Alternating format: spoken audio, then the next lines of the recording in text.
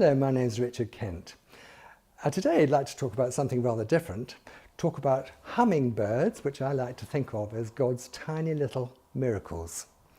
You'll be seeing a video now of hummingbirds taken in slow motion. Now they're called hummingbirds because you can hear a hum as their little wings beat at 50 times a second. They make quite an audible hum. Now these little birds, they're about the size of your little finger. They are most attractive little things. They are quite unlike other birds. They can hover, they can go backwards, forwards, upwards, sideways, down. They can fly very fast. They can fly up to 60 miles an hour. But they can hover in one position because their wings move completely different to all other birds that we know about. Now most birds, when they beat their wings, there's an upstroke and a downstroke.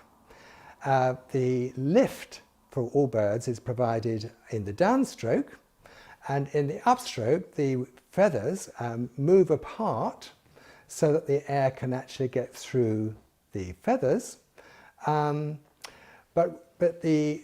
This is quite different from what happens in the case of a hummingbird. The hummingbird has very, very strong pectoral muscles on its chest wall, and the upstroke is just as powerful as its downstroke. The little wings move in a figure of 8 movement, a bit like rowing if you like, so they can move backwards, forwards, upwards, sideways, and hover in mid-air.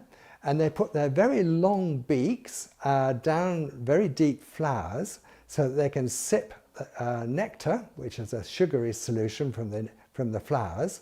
They need to eat the whole body weight of nectar every single day because they have the highest metabolic rate of all known living organisms. They have a fantastically high metabolic rate. If you or I were, this is quite ridiculous, but if you or I were to eat as much as they eat, we would eat 1,350 hamburgers a day and not put on weight. They eat prodigious amounts of nectar.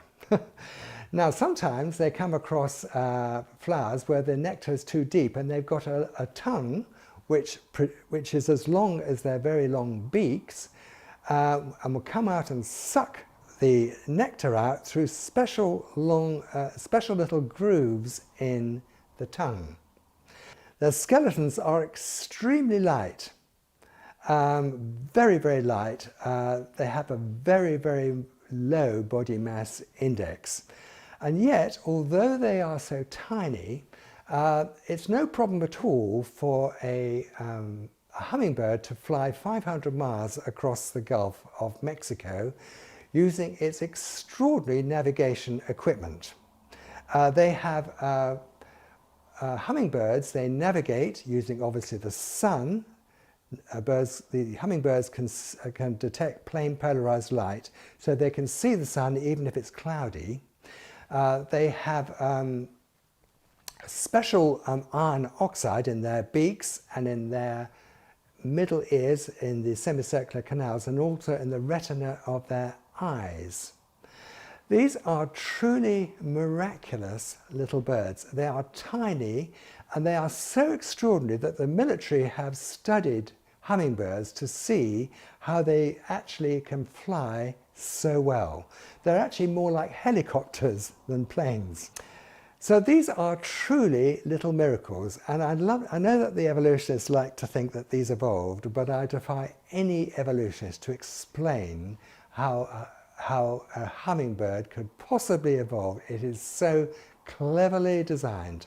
Thanks for listening, and God bless you.